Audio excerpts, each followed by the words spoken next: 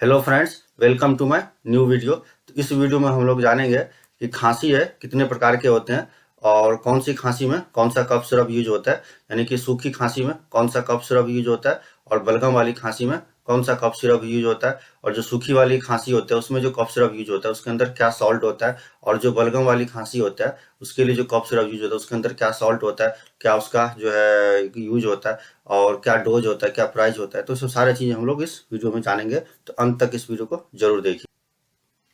खांसी जो होता है वो दो प्रकार का होता है, यानी खांसी का मतलब कफ जो है दो प्रकार के होते हैं। एक होता है आपको सूखी खांसी और दूसरा होता है गीली खांसी। तो जो सूखी खांसी होता है उसको हम बोलते हैं ड्राई कफ, और जो गीली खांसी होता है उसको हम बोलते हैं हम वेट कफ।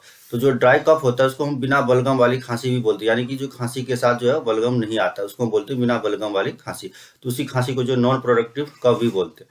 लेकिन जो वेट कफ होता है जैसे गीली खांसी हो गया, तो उसमें होता क्या है कि खांसी के साथ जो बलगम आता है, यानी कि बलगम यानी स्पूटम आता है, तो उसको बोलते हैं हम गीली खांसी। तो ये उसको प्रोडक्टिव कफ भी बोलते हैं। तो जो सूखी खांसी होता है, तो सूखी खांसी के जो रीजन होते हैं वो अलग अलग होते हैं। जैसे कि एलर्जी के वजह से भी सूखी खांसी हो सकता है, या पोल्यूशन डस्ट के वजह से भी सूखी खांसी हो सकता है, या जो हमारा जो सांस की नली हो तो उसमें किसी प्रकार का कोई ड्राइनेस हो जाए, सूखापन हो जाए, तो उसके वजह से भी जो है सूखी खांसी हो सकता है। या हमारा जो गले में किसी प्रकार का कोई इरिटेशन हो जाए तो उसके वजह से भी जो है हो सकता है खांसी। और बैक्टीरियल इन्फेक्शन और वायरल इन्फेक्शन की वजह से भी जो है सूखी खांसी होता है। लेकिन जो गीली खांसी होता है वो हमारा में मोस्टली होता है कोल्ड और कफ की वजह से, यानी कि कोल्ड और फ्लू जो होता है उसके वजह से, सर्दी खांसी जिसको जुकाम बोलते हैं, तो उसके वजह से भी जो है ये होता है। और वायरल इन्फेक्शन जैसे कोविड-19 हो गया या कुछ और वायरल इन्फेक्शन होता है तो उसके वजह से भी जो है गीली खांसी होती है।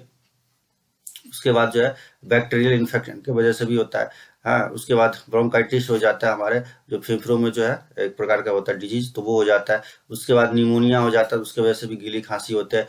जैसे सीओपीडी एक डिजीज होता है जो है क्रॉनिक ऑब्सेसिव पल्मोनरी डिजीज, तो उसके वजह से भी जो है हो जाता है। और अस्थमा वगैरह में भी गीली खांसी वगैरह होता है। तो ये जो है कफ का डिफ्रेंशिएट मैंने बताया कि कितने प्रकार के जो है कफ होते हैं। अब हम लोग जानते हैं कि जो है ड्राई कफ यानी कि सूखी खांसी के लिए कौन कौन सा जो है कफ सिरप यूज होता है, क्या उसके अंदर सॉल्ट होता है। तो जो सूखी खांसी होता है उसके अंदर ये मेन तीन प्रकार के ये जो है सॉल्ट जो होता है वो यूज होता है। जो पहला जो होता है वो डेक्स्ट्रोमिथोरफेन होता है, और दूसरा जो होता है क्लोरफेनिरामाइन होता है, और तीसरा जो होता है वो फिनाइलिफेरिन होता है। तो ये तीन प्रकार के जो सॉल्ट होता है वो बेसिकली जो है जो ड्राई कफ होता है उसमें यूज होता है। जैसे कि ये जो हमारे पास जो है ये एमरोलाइट डी जो होता है, वो एमरोलाइट डी प्लस ये ड्राई कफ के लिए कफ सिरप होता है। तो उसके अंदर आप देखिए ये क्या है, क्लोरफेनिरामाइन होता है और फिनाइलिफेरिन होता है और डेक्स्ट्रोमिथोरफेन। तो ये जितने भी आपको ड्राई कफ का सिरप होगा ये तीन जो है मोस्टली ये यही साल्ट आपको मिलेगा ड्राई कफ में, जो कि सूखी खांसी होता है उसके लिए। तीनों सॉल्ट का जो हम अलग अलग यूज हम जानेंगे क्या यूज होता है। जो पहला सॉल्ट होता है वो जो डेक्स्ट्रोमिथोरफेन होता है। तो जो डेक्स्ट्रोमिथोरफेन होता है तो उसका जो यूज होता है वो कफ वगैरह को ट्रीट करने के लिए किया जाता है, यानी कि कफ जो हो रहा है तो उसको कम करने के लिए किया जाता है। तो इसको जो है जो हमारा जो कफ का जो मेन सेंटर होता है उसको क्या करता है वो कम कर देता है, यानी कि जो ब्रेन जो होता है हमारा जो जो जहाँ कफ को वो इंडिकेशन मिलता है, एक्टिविटी होता है, उसको सप्रेस। दूसरा जो सॉल्ट है क्लोरफेनिरामाइन, तो उसका जो यूज होता है वो होता है हमारे जैसे एलर्जी वगैरह को ठीक करने के लिए, यानी कि उसको जैसे नाक किसी को खांसी भी हो रही है और खांसी के साथ साथ जो है अगर किसी को नाक भी बह रहा है या छींक भी आ रही है तो इन सबको जो है ठीक करने के लिए जो उसमें सॉल्ट होता है जो होता है वो क्लोरफेनिरामाइन यूज किया जाता है। तो जो कि ये जितने भी सॉल्ट होते हैं क्लोरफेनिरामाइन या जो है आपको ब्रोमफेनिरामाइन या फिर आपको साइट्राजिन हो गया, इलिवोसाइट्राजिन हो गया या फेक्सोफिनाडाइन हो गया, तो ये सब जो होता है वो जो ठीक करता है हमारे एलर्जी वगैरह को, यानी कि रनी नोज हो गया, स्नीजिंग हो गया या वाटरी आई हो गया, तो जैसे आंख से आंसू टाइप का आना या छींक होना या आपका नाक से पानी बहना, तो ये सब चीजों को जो है वो ठीक करता है। तो इसको हम बोलते हैं एंटी हिस्टामाइन या एंटी एलर्जिक जो है सॉल्ट होता है। उसके बाद अगर मान लो जो किसी को जो है खांसी भी हो रही है, नाक भी बह रहा है और जो है उसके साथ जो है जो नाक ब्लॉक भी है, यानी कि जो है नाक बंद भी रहता है, तो उसके लिए जो है सॉल्ट यूज होता है वो होता है फिनाइलिफेरिन होता है। तो ये जो होता है फिनाइलिफेरिन, ये जो होता है डिकॉन्जेस्टेंट मेडिसिन इसको बोला जाता है। तो ये जो ट्रीट किया जाता है हमारे स्टफी नोज, यानी कि नाक ब्लॉक होता है, तो उसके लिए जो है ये फिनाइलफेरिमिन जो उसमें ऐड किया जाता है। तो बेसिकली जो ड्राई कफ होता है उसके अंदर ये 3 सॉल्ट होता है, डेक्स्ट्रोमिथोरफेन, क्लोरफेनिरामाइन और फिनाइलफेरिन। तो ये जो होता है ये तीनों जो है साल्ट। तो मैं बता रहा हूँ कि जो ड्राई कफ के लिए जो है कौन कौन से जो कफ सिरप जो मार्केट में अवेलेबल है या डॉक्टर प्रिस्क्राइब करते हैं या फिर अब जो है आपको जो जाते हैं केमिस्ट के पास तो कौन से आपको देते हैं, तो उसकी अवेलेबिलिटी के अनुसार से जो उसके पास अवेलेबल होता है वो आपको दे देते हैं। तो जितने भी कफ सिरप होगा ड्राई कफ के लिए वो जो है वो डी से डिनोट होता है, जैसे कि एस्कोरिल D+ हो गया तो यहाँ पर क्या लिखा हुआ है D+ लिखा हुआ है। तो अस्थाकाइन DX हो गया तो उसके अंदर सेम सॉल्ट होता है तो ये हो गया। जैसे एमरोलाइट हो गया D+ हो गया तो उसके अंदर वही होता है। जैसे चेरी कफ हो गया तो ये सब भी जो होता है, और ग्रीन लिक्टस भी होता है तो उसके अंदर भी जो आप देखेंगे तो क्या होता है, जितने भी ये आपको कफ सिरप दिख रहे ड्राई कफ के लिए तो सबके अंदर वही होता है, क्लोरफेनिरामाइन और फेनिलिफेरिन और डेक्स्ट्रोमिथोरफेन होता है। अब जो होता है वेट कफ के लिए, तो जो वेट कफ यानी कि गीली खांसी होता है उसके लिए अलग से जो है वो सॉल्ट यूज होता है। तो उसके अंदर जो 3 सॉल्ट जो है कॉम्पोजिशन जो होता है मोस्टली यूज होता है, एक होता है लीवोसल्ब्यूटानल या सल्ब्यूटानल होता है, उसके बाद एम्ब्रोक्सोल होता है और इसका मतलब गुआफेनिसिन होता है।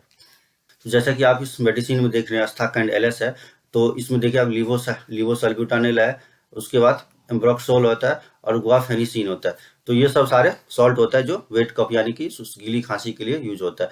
तो जो गीली खांसी में जो होता है पहला जो यूज होता है वो एक्सपेक्टोरेंट होता है, यानी कि जो है जो हमारे अंदर जो म्यूकस जो होता है, अगर हमारे जो सांस की नली है उसमें कोई कफ जो है रास्ते में अगर है तो उसको जो है बाहर करने का काम करता है।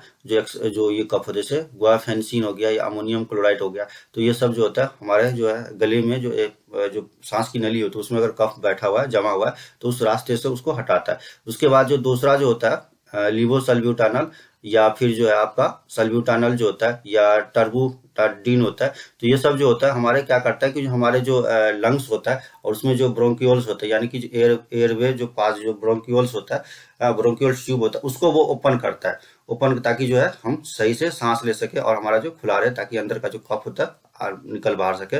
तो मेनली जो है जो लीवोसल्ब्यूटानल होता है, सल्ब्यूटानल या टर्बूटाडीन होता है, ये जो होता है ब्रोंकोडायलेटर होता है। तो जो जैसे कि ये आप देख रहे हैं ये ब्रोंकोडायलेटर ये होता है हमारे जो अंदर जो फेफड़े होते हैं और फेफड़े और सांस की जो नली है उसके बीच को ओपन करके रखता है ताकि जो है कफ जो है अंदर में बैठा है तो उसको निकाल सके।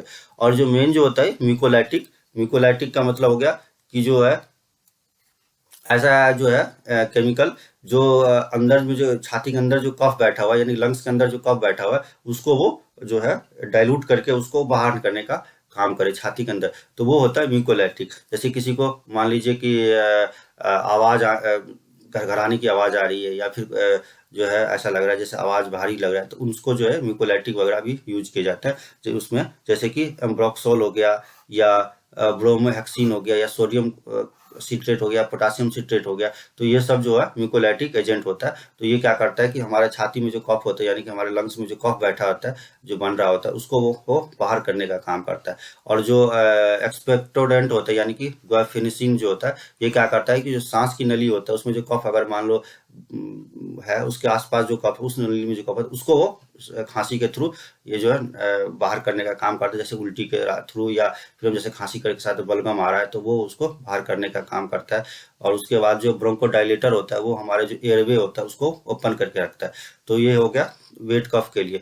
तो वेट कफ के लिए जो यानी कि गीली खांसी के लिए जो मार्केट में अवेलेबल कुछ ब्रांड रहता है वो जैसे कि हो गया एस्कोरिल LS हो गया। तो जो जितने भी LS या S के नाम से होगा तो उसके अंदर जो है आपको वेट कफ का जो है कफ सिरप है वो, जैसे एस्कोरिल LS हो गया, ये एम्ब्रोलाइट LS हो गया या ब्रोजेडेक्स हो गया, ये मोस्टली बच्चों में यूज होता है, और अस्थालिन LX हो गया या अस्थाकाइंड LS हो गया। तो ये सब जो सारे जो मेडिसिन है कफ सिरप जो है वो वेट कफ यानी गीली खांसी के लिए यूज होता है। और बाकी आप मार्केट में देखे होंगे टोरेक्स हो गया या फिर आपको जो है आपको मिल जाएगा बेनाड्रिल हो गया। तो ये सब जो है बेसिकली जो है वो एलर्जी वगैरह या डस्ट पॉल्यूशन वगैरह के लिए होता है, खांसी सूखी खांसी तो उसमें वो काम आता है।